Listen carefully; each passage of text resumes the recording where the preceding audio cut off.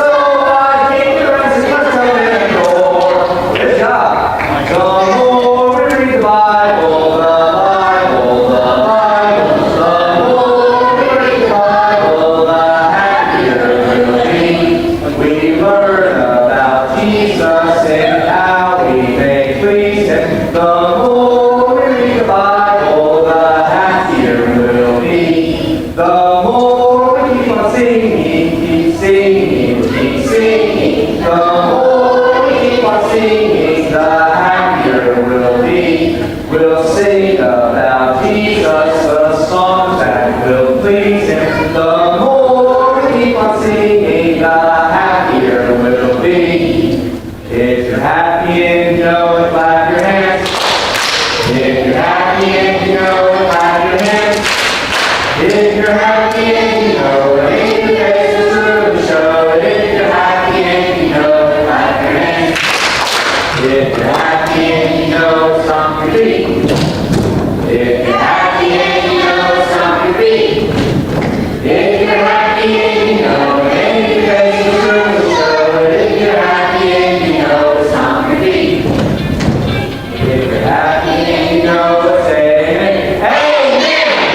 happy and you know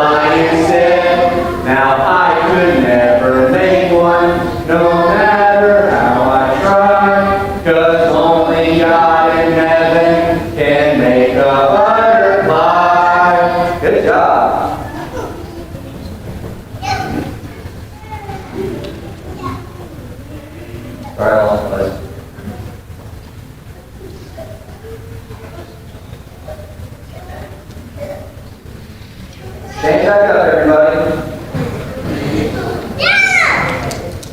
Ready? Are your arms ready? Are your knees ready? Are your toes ready? Toes. Is that ready? Are your knees ready? Are your toes ready?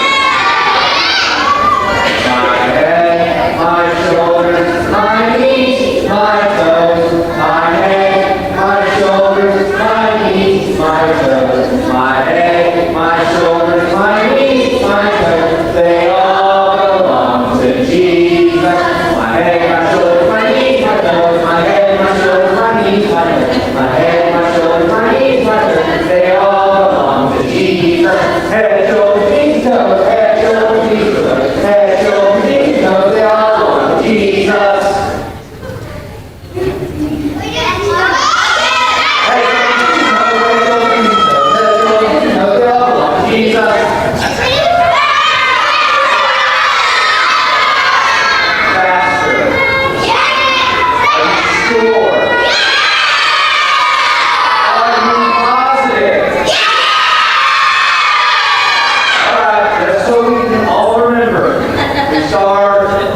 With our knees.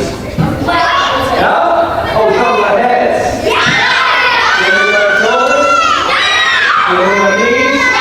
And toes. Ready? You sure? Head toes, knees. Head toes, knees. Head toes, knees. No. No. Have a seat. Have a seat. Actually, stand back up. Stand back up. So much energy, and I want to help you see without starting tired out just a little bit. I'm all wrapped up, all tied up, all tangled up with Jesus. I'm all wrapped up, all tied up, all tangled up with God. I'm all wrapped up, all tied up, all tangled up with Jesus. I'm all wrapped up, tied up, tangled up with God. Oh yeah, all wrapped up, all tied up, all tangled up with Jesus. All wrapped up, all tied up, all tangled up with God. All wrapped up, all tied up, all tangled up with Jesus. All wrapped up, tied up, tangled up with God. Oh yeah. That's it. Ready?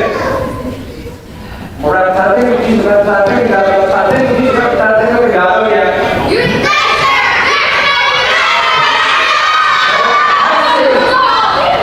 What? That's it.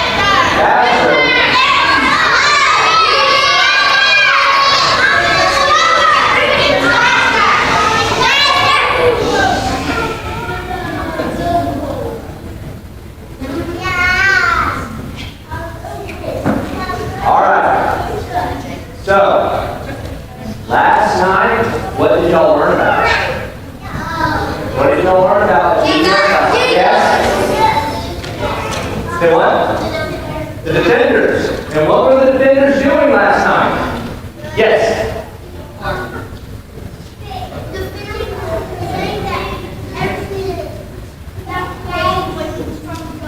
Everything that was created was from God. Very good. Very good. Everything was created from God. Now, who did y'all meet last time? You remember who you met last time in your Bible classes? What the characters that the bad guys that you met were? Yes.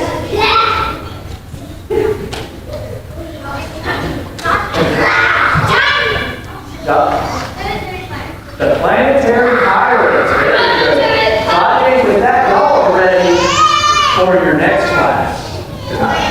But first, booster, booster, be a booster. Don't be dressed like a rooster. Booster, booster, be a booster. And boost your Bible school. Good job, booster. All right, I want the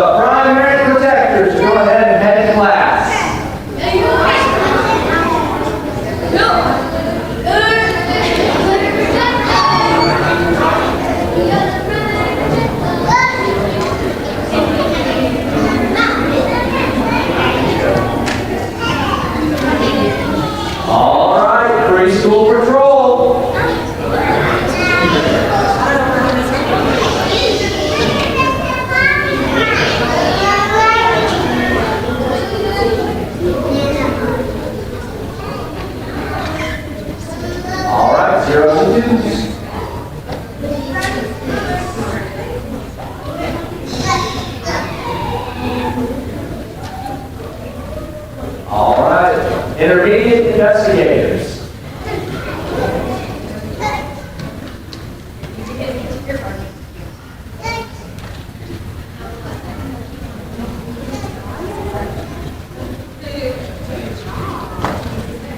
And not least, our junior defenders.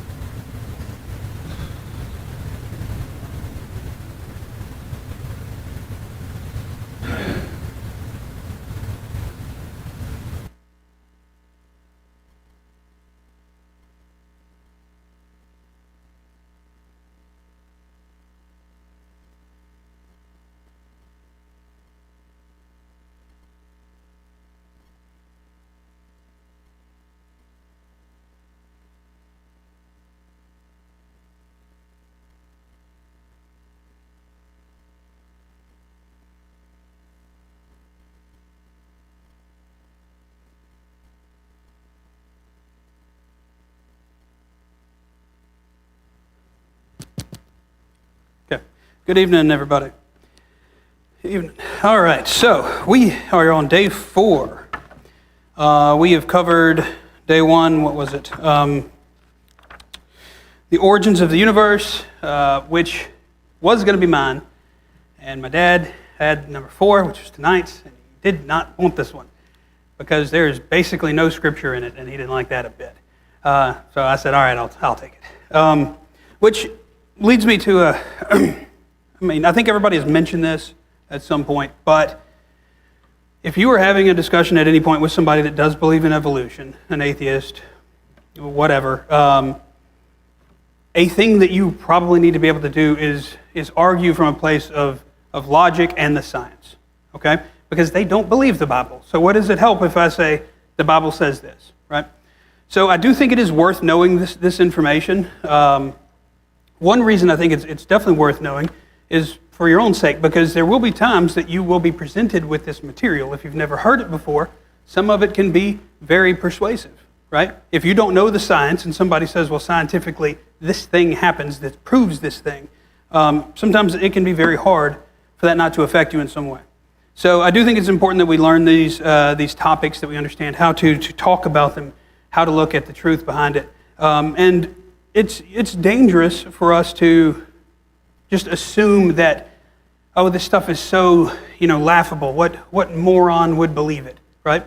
There's plenty of people, very smart people, that believe these things. And we should take it serious, and we should be able to have conversations with them. So there's Chris's little intro rant over with.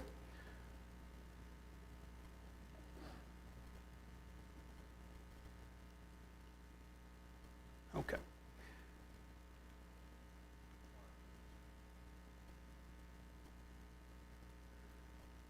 Well, that's going to be not great. All right. Was it working, Drew, or are you hitting the button for me? Great. All right. Hang on, let me see if this, okay. I'm going to turn it off and turn it back on again.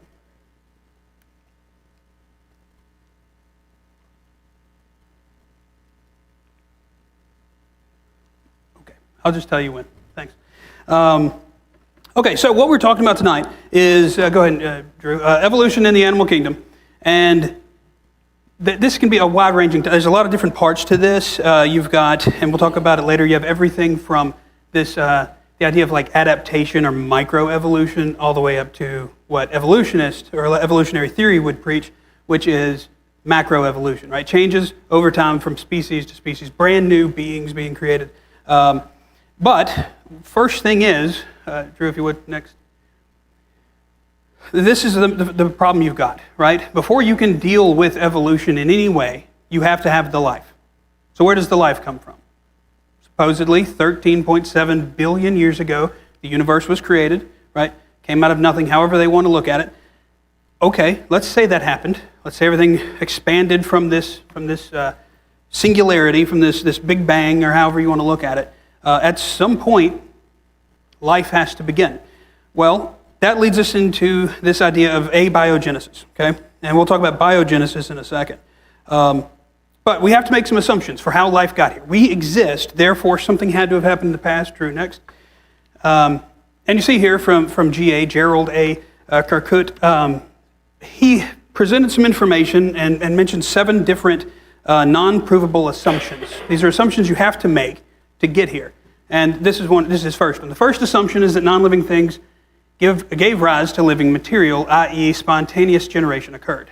You have to make that assumption, right?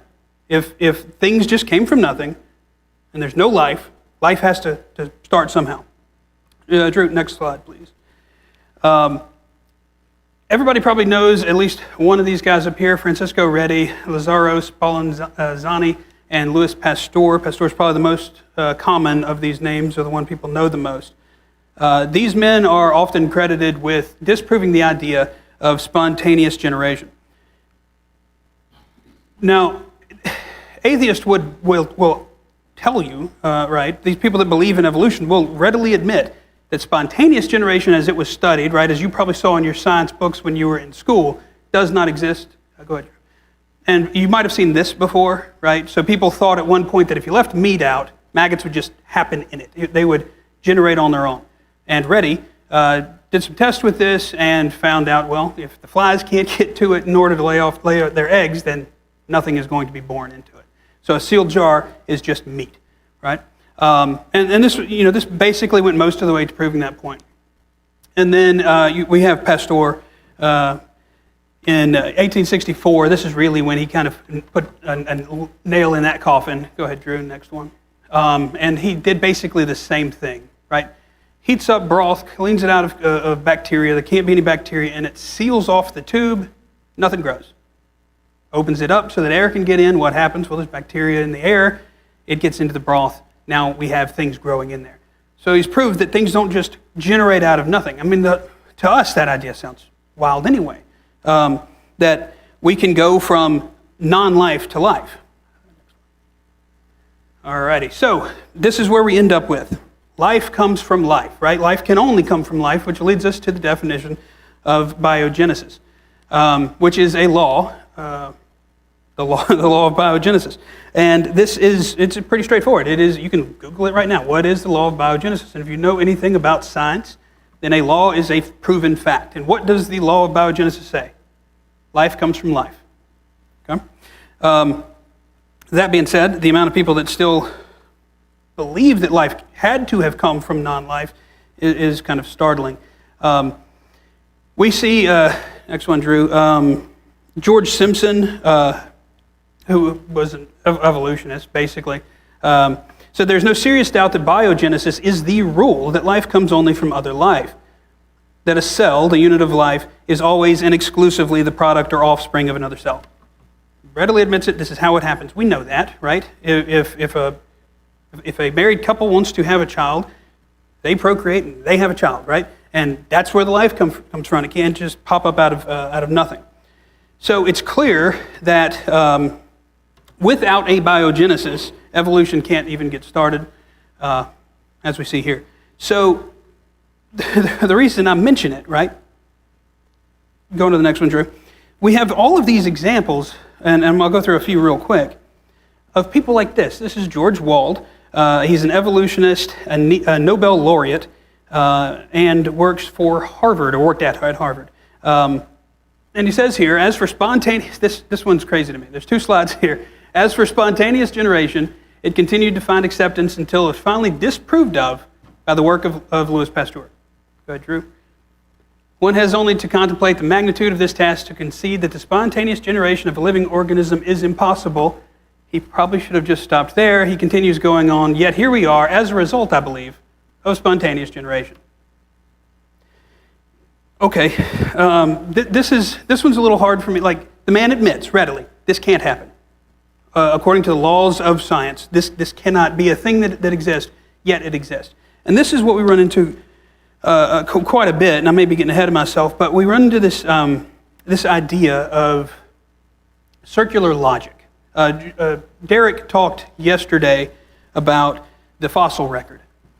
I was interested in it because I'm a geek, and so when I got home, I started Googling. And if you look up, are there transitional fossils, you will find people say, oh yeah, every fossil ever found is transitional fossil.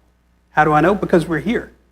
And I know, based on faith, basically, they would disagree. I know based on faith that we started as this single cell, now we're humans, so every fossil along the way has to be transitional. Boom. That's their answer. Well, that's like saying, well, how do you define something? Well, how do you define a woman? Well, a woman is anybody who wants to be a woman. Well, you're just defining it by itself. It's circular logic. None of it really makes sense. The man says, hey, this can't possibly exist, but I believe it exists. Well, what is that? I can't prove it, can't see it, but I believe it. It's blind faith. It is the same, not the same faith that we have, but it's no different than the faith that we have. And they would tell you, if you tell them that, it's not faith, I believe in the hard and fast law of science. If you're going to come to that conclusion, I don't see how it's anything other than faith. That's me personally. Okay, go ahead, Drew. And the reason for all of this is, and the reason for his statement, right, is this. And this is what they believe happened, right? We have a habitable world. At some point, the early building blocks of life, these what they call prebiotic synthesis happens. You get the early parts that could, in theory, lead to the amino acids and the proteins resulting in somehow, that's the question marks there, somehow resulting in life. Leading up to Luca, which is interesting because Luca is the last universal common ancestor, right? So that would be the one thing, that first thing that ties everything else all together. Derek showed a slide of like an upside down tree, or kind of like a tree where it started here and it all branches off into everything. Luca would be that first part. So how did we get there? Nobody knows, yet they still believe it. And that's, side note, you cannot defeat somebody who believes this in an argument. Defeat's a bad word. I like to debate, so I'm using those little more aggressive terms. Be nice when you're talking to somebody. But you can't win that argument by saying, well, you don't know. They're more than happy to admit, somebody who's an atheist will say, yeah, I don't know. I don't know how that happened. But they believe that it happened. Okay? So you're not going to win that argument by saying, well, you don't know.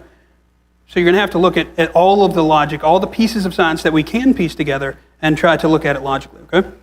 I might be talking too fast. I do that. Hillary gets on to me. She told me in the car, I was talking to her, she said, hey, slow down when you're talking about this stuff. I get excited about this. One of the reasons I was willing to talk about this lesson, I look this stuff up for fun. I don't know what's wrong with me. I look this stuff up for fun. I'll watch YouTube videos of debates between creationists and evolutionists people, and I want to be able to pick those answers on how I would respond to the debate on my own and see how that would work and try it out against other people.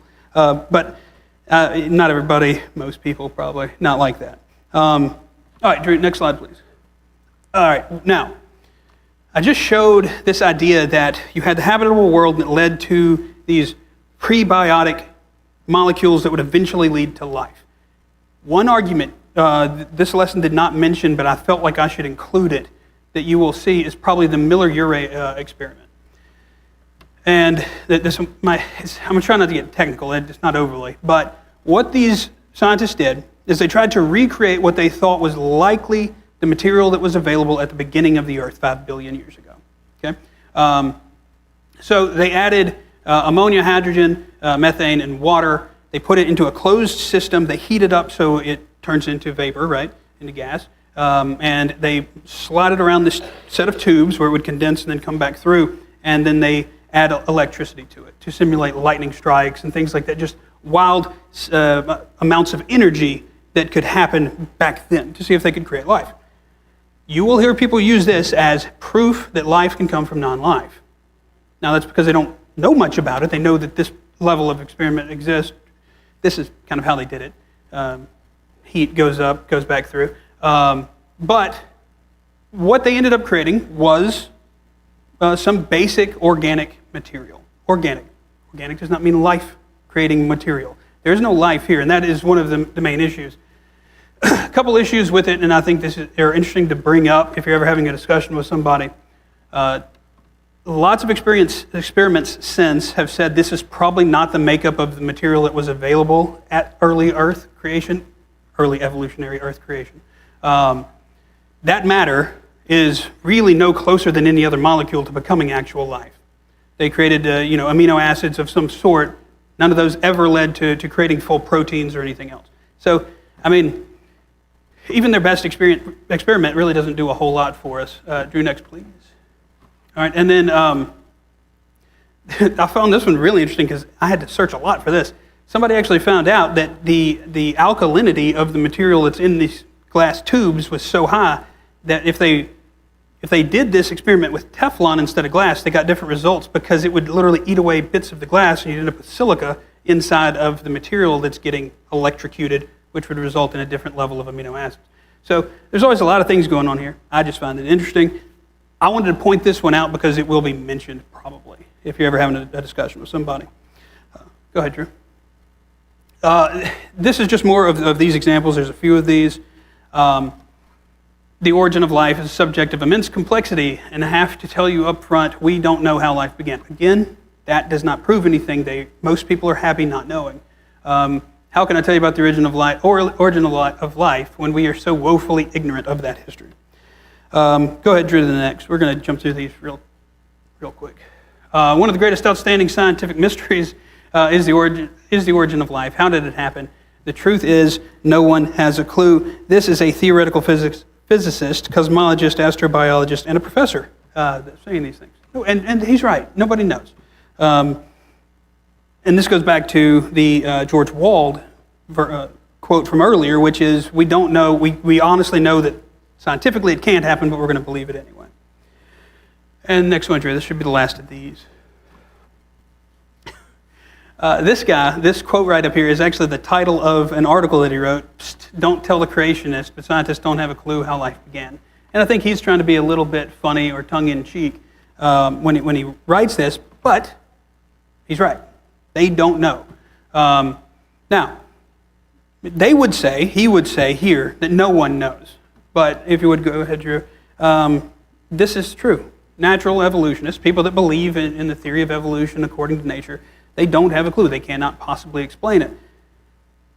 We are different, right? We can perfectly explain creation because we believe in God, right? We believe that God spoke, God created the world, God created humans, He created everything here. And you can go ahead and skip two more down, Drew. Go to the, yeah, go. So, for that first little part, the whole idea that life can come from non-life, I think if you look at the science of it, at the rules around it, there's no possible way it could happen.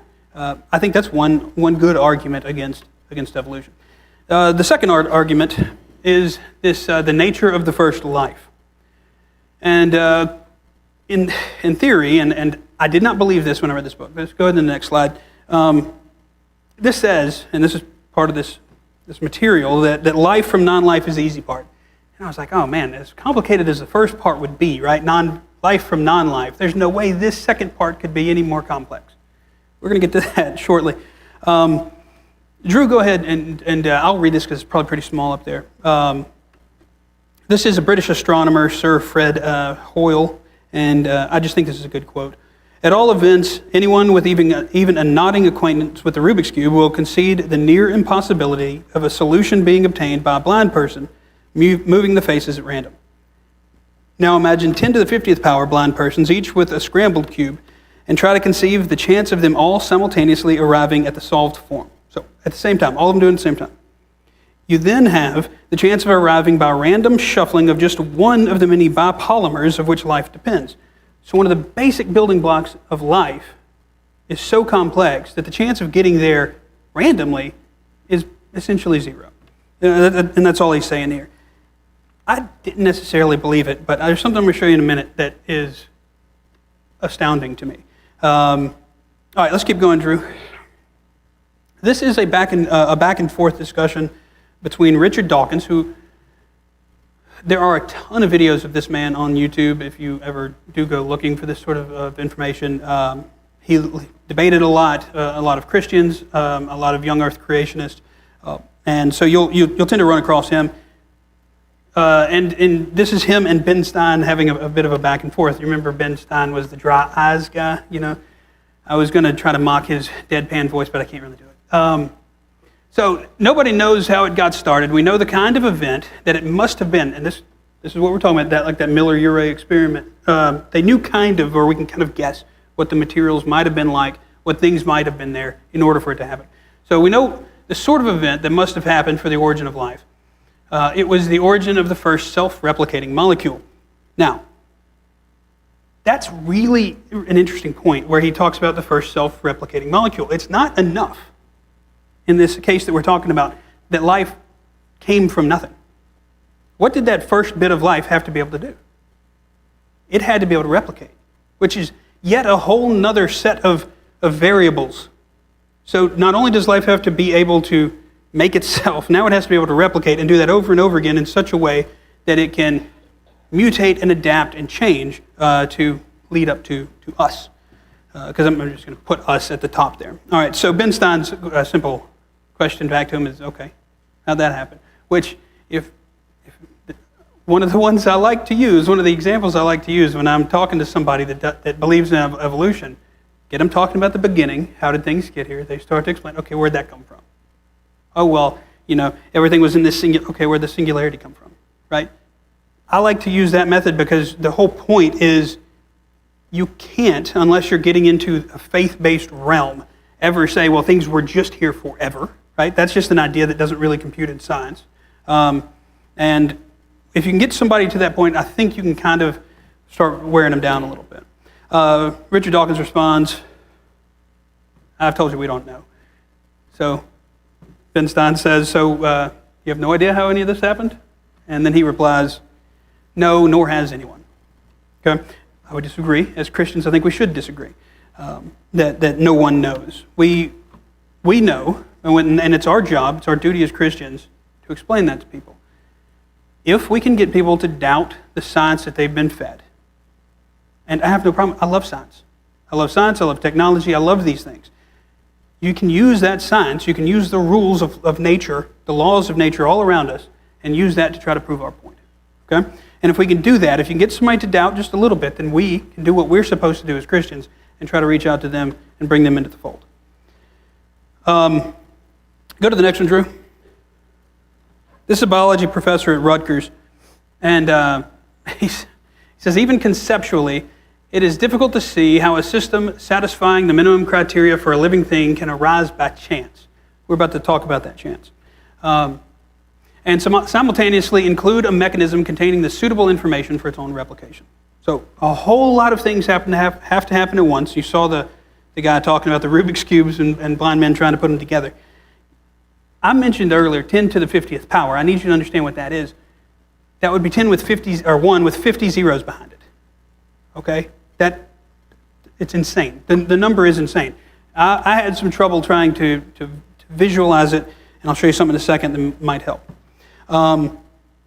Okay, go ahead, Drew, to the next one. This was from a magazine, Nature. It is disappointing that the origin of the genetic code is still as obscure as the origin of life itself. There is just no way to take that much data, what you would need to have it happen, and figure it out, right? Especially figure it out from nothing. So, Drew, go to the next thing real quick, and I'll talk while this is a video, so you can let it play. I got the bright idea to talk to, I'm going to skip something for, no, actually, Drew, go back real quick for me, please.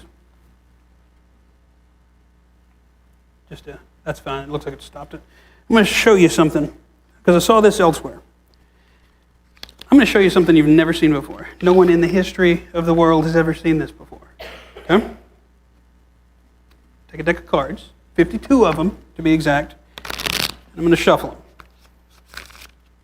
Okay. This set of cards, in this particular order, has never happened before. And I can say that with fairly confident scientific reason. Okay? Sounds crazy. I saw that, I said, no way. I've probably shuffled a deck of cards in that same pattern as that dude who just did it. Go ahead, Drew, to this next thing. So I got the bright idea to talk to ChatGPT. This is an artificial intelligence that kind of recently came out. People talk to. It's a giant computer, all right? And I said, you can't see it here, but I said, if I could shuffle a deck of 52 cards every 15 seconds, how many years would it take for me to repeat a shuffled deck in order? So if you know anything about statistics or certain levels of math, to figure that out, like if you have a PIN number with four digits, you'd say 4 factorial, which is the exclamation mark. So it's 4 times 3 times 2 times 1. That's how many unique interpretations of that you can get. 52 cards. 52 factorial, 52 times 51 times 50 times 49, all the way down to 1. This is ChatGPT explaining all this math to me. So it's figuring that out. It's an insane number. And this is me asking it to write out the number for me. And I'm going to let you see this real quick. That last bit with those zeros all in the middle of it, go ahead to the next slide, Drew. That's this. This is the years it would take me shuffling a deck of cards every 15 seconds. That's the top number to get a repeating pattern. Okay? It's insane. Do you see the bottom number there? That bottom number, evolutionary age of the universe, 13.7 billion. Do you see any problem with the idea that we started with absolutely no life? Life generates itself somehow, right? That life changes and adapts and mutates over and over again, failing, succeeding, all the way till a human. In that short one, this big, in the same time it would take me to shuffle a deck of cards twice the same way. Right? Makes no sense. Look, as soon as I saw this, I was like, this is the best argument I've ever seen against any of this. The uniqueness of what would have to happen for this to work in that, and I'm not, when I say relatively small amount of time, I ask it to put this into it. How many times would 13.7 billion go into that? It's still an insane number. It's almost got as many zeros in it. It's crazy. And to me, this was the best argument I've ever had against the idea of life just finding a way and figuring it out all the way up to where we are now. So I thought that was interesting. I wanted to share that with everybody. It's honestly kind of crazy. Drew, go ahead and you can go to the next slide. So I hope that puts it kind of in perspective to everybody. I found it, I'm going to read real quick something that I found about this, and I'm not going to read all of it because it's a bit nuts. Somebody was trying to explain this number, how big that number actually is.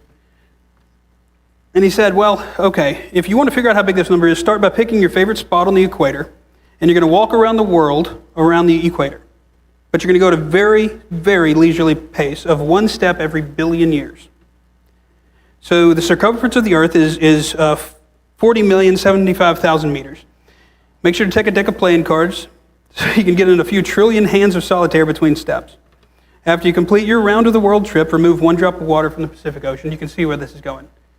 And you would continue to do that every billion years, walking around the Earth, taking 1 drop of water out of the Pacific Ocean all the way until it was empty, and you haven't even begun to nudge those numbers down. It's really wild to think about. So to me, you know what? Studying for this class, I found one of my best and favorite arguments against the idea of evolution.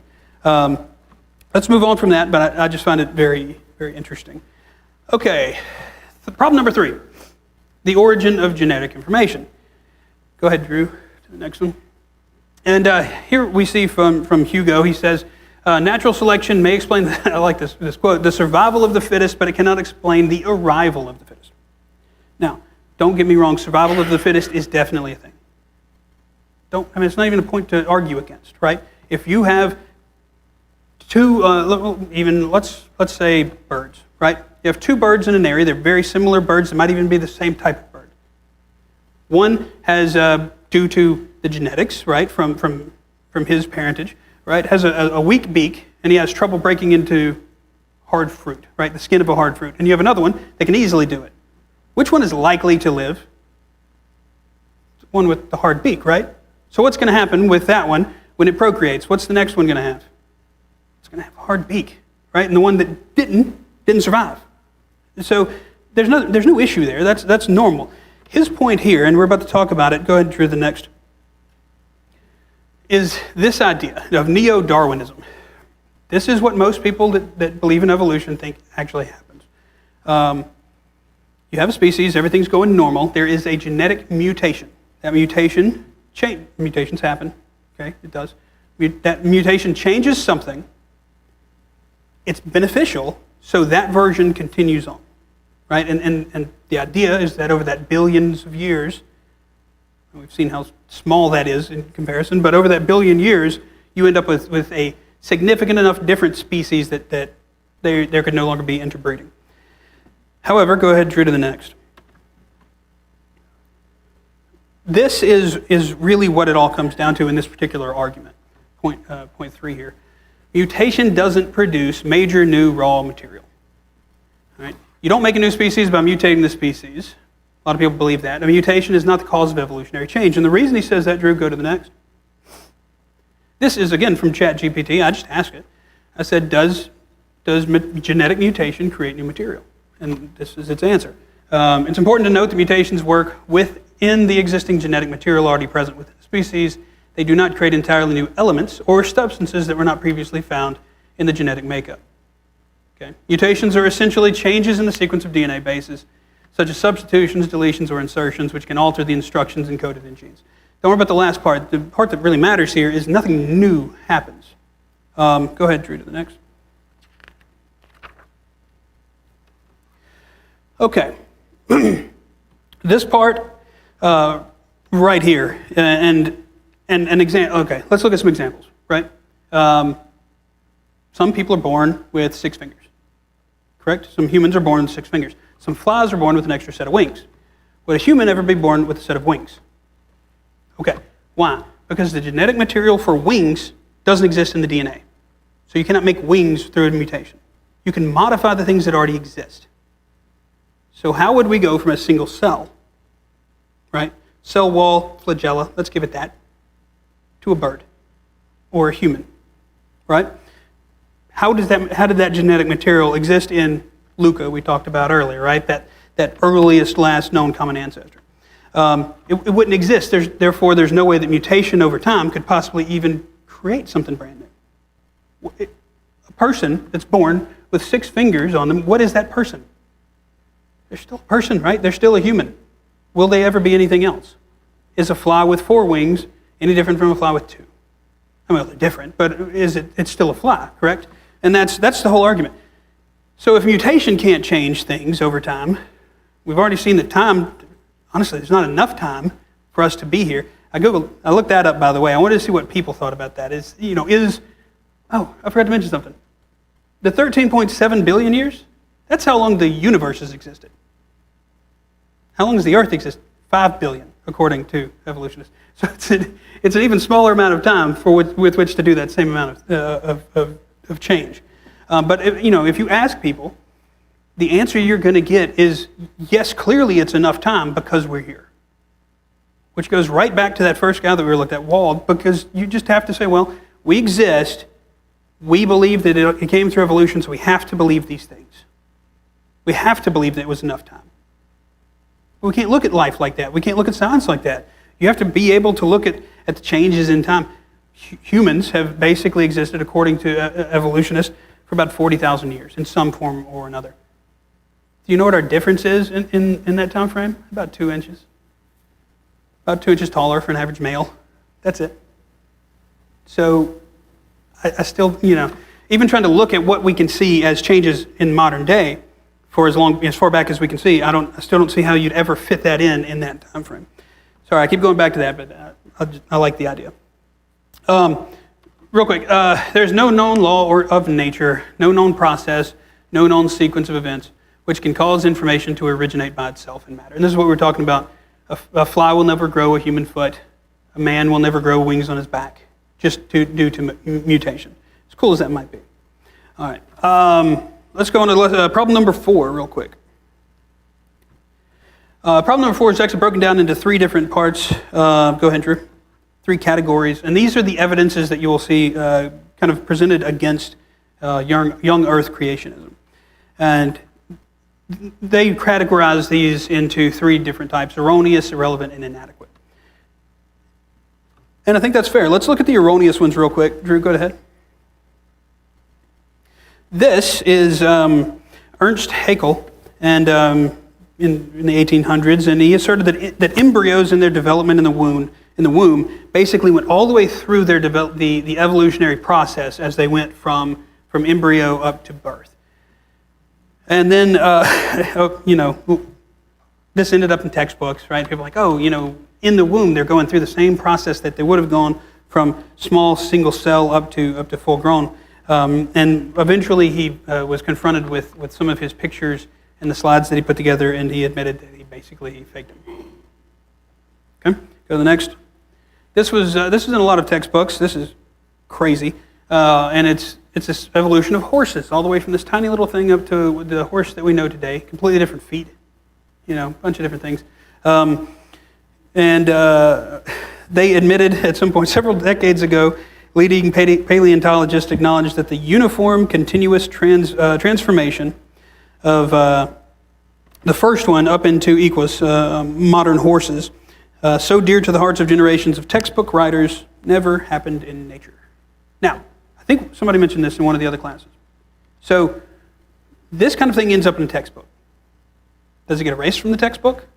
Right? If you went to any sort of high school, you probably had the same books that the last, 5, 6, 15 years of students had before you, right? So if this ends up in a textbook, you're going to see this stuff in the textbook.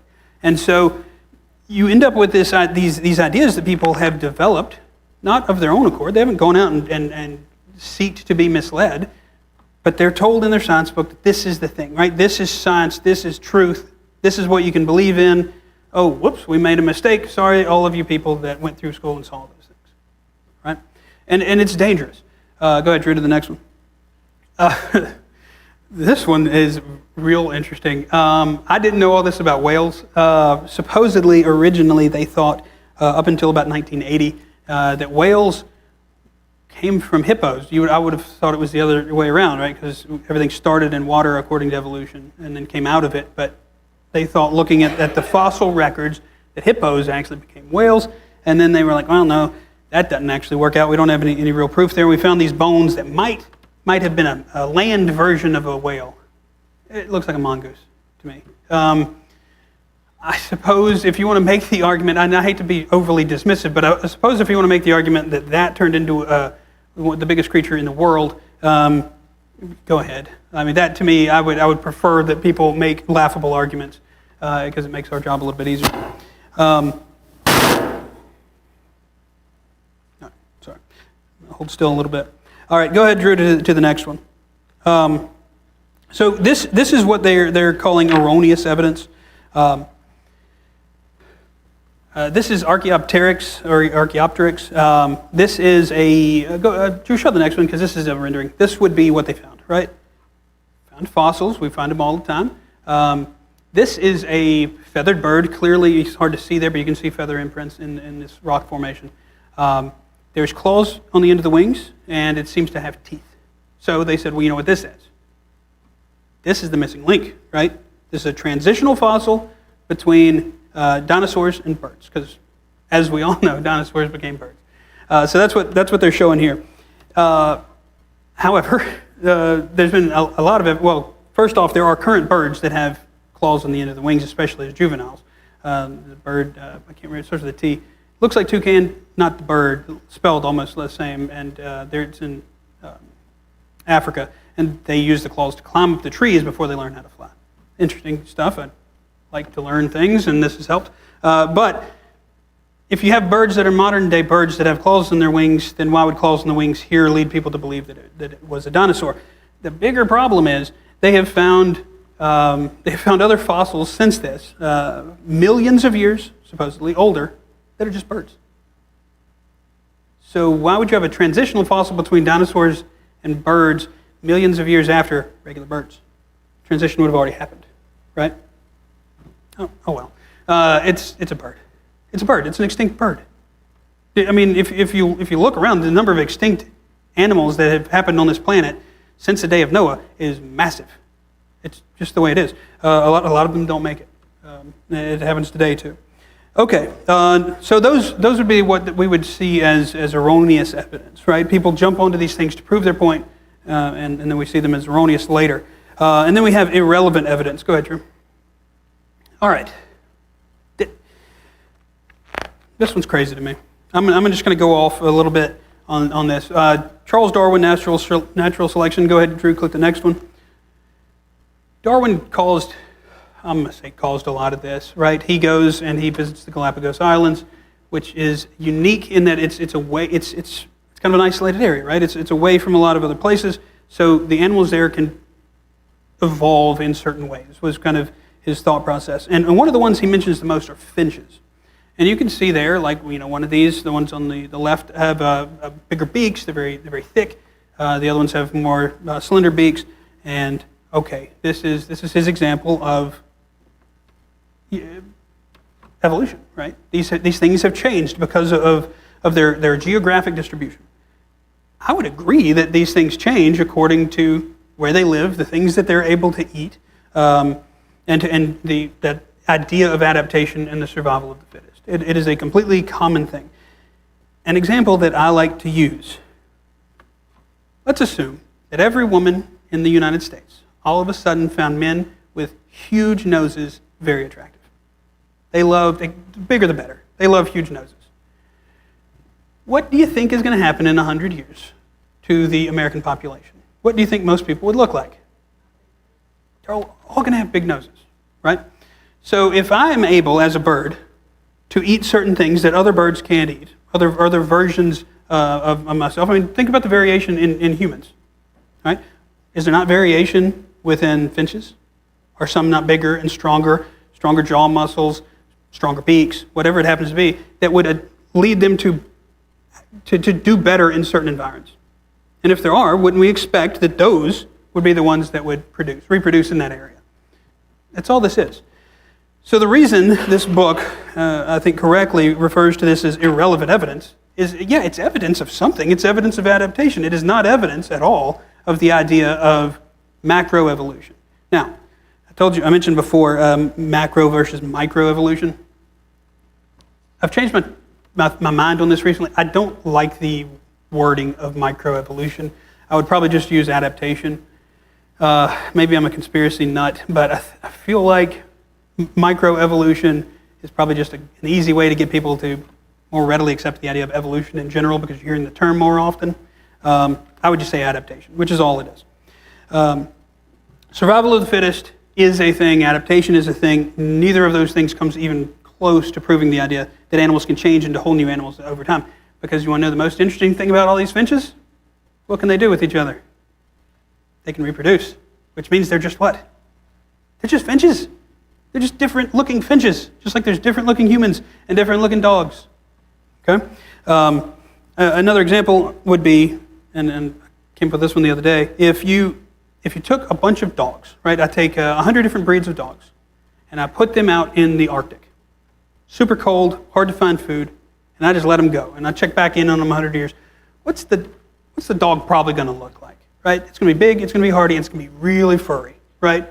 It's going to have as much hair as it can have so that it can stay warm. And if I take that dog, this new species of dog, and I bring it back into the U.S., it can just breed with other dogs because it's a dog, okay?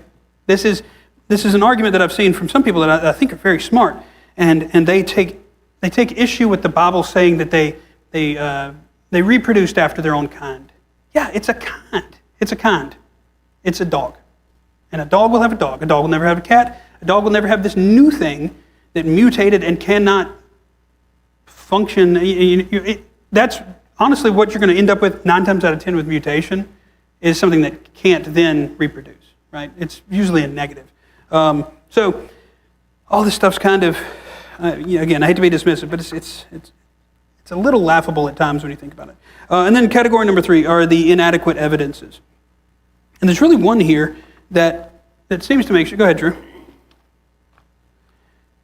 If you look at a chimpanzee, a monkey of most sorts, especially the greater apes, I think we can look at them and go, well, they're very similar, right? They're very similar to humans. If you look at the hands of a bat, they look like a human's hands. They're just longer, right? They have longer fingers that their webbing goes through. So they look at that and they go, okay, we had to have come from some common ancestor for us to be so similar. Okay, Drew, go to the next slide, please. If I'm a car manufacturer and I make, I don't know, let's say 18 different models of vehicles, what am I likely to do with my steering wheel? How many of those 18 am I likely to put that same steering wheel in? Right? The same brakes, the same designs, so that it's easier. This book's argument, and I agree with him for the most part on this, is that why would it not be just as likely? And not just as likely doesn't disprove anything from their point, but it does give you some argument against that belief, right? So you can look at this belief and you can say, well, we must have come from the same genetic thing because we look similar. Why wouldn't it be just as easy to say we came from the same creator, that's why we look similar, right? That's why there are similarities. If I'm designing something, I'm probably going to use those same building blocks over and over again. This is this idea, common ancestor, common designer. I'm not saying that this disproves the idea of common ancestor. I think there's enough other stuff that we've talked about already to disprove common ancestor. But I think it is fairly easy to look at this and go, well, okay, 6.5 dozen, right? It's the same thing. So why would you put any confidence in that idea of common ancestor because we look the same versus common designer, therefore we look the same? It's not the strongest argument. I don't think it has to be, but I think there's reason to talk about that there. And that's, you know what? That's for the most part all that I have here. I would reiterate. Don't dive into any of this stuff. Don't really get into a discussion if you're not, I would say, somewhat versed in it. And Drew mentioned this a bunch of times in his lesson. If you run across something that just kind of makes you think, right? You're like, wow, that's a pretty good argument for the other side. Okay? Go to Apologetics Press and search what they said. They've almost guaranteed got an article about it. Go talk to anybody here at church. Talk to Gary. I'd be happy to mention it. And if I don't know, I will spend my night looking it up because I'm clearly a geek that checks out ChatGPT to figure out how long it takes to shuffle a deck of cards. So I would be happy to look at that. But there are things there. You cannot look at smart people, and that's one of the important things here. A lot of people that believe in evolution are very smart people, right? Probably too smart for their own good for the most case. But they're very smart people. They have reasons, in their opinion, to believe those things. We should understand them. We should be able to have a discussion back and forth with them without being swayed because of it. And if you have any issues with any of that, like I said, go talk to me, talk to Gary, talk to somebody at Apologetics Press. And I think you will find plenty of good information. Drew, go to the next slide for me, please, and we'll end on this. Okay. This is Colin Patterson, a senior paleontologist at the British Museum of Natural History, a paleontologist. So he's spent his lifetime doing this. One morning I woke up, and something had happened in the night. It struck me that I had been working on this stuff for 20 years. There was not one thing I knew about it. It's quite a shock to learn that one can be misled so long. Either there was something wrong with me, or there was something wrong with evolutionary theory. And I hope and pray that everybody that we talk to when we are having these discussions can come to a similar sort of conclusion. I hope that we can help them get there. I do think it's important that we learn this stuff, that we can have these conversations. And thank you for your time. We have there's some snacks in the upstairs in the gym. Thank you.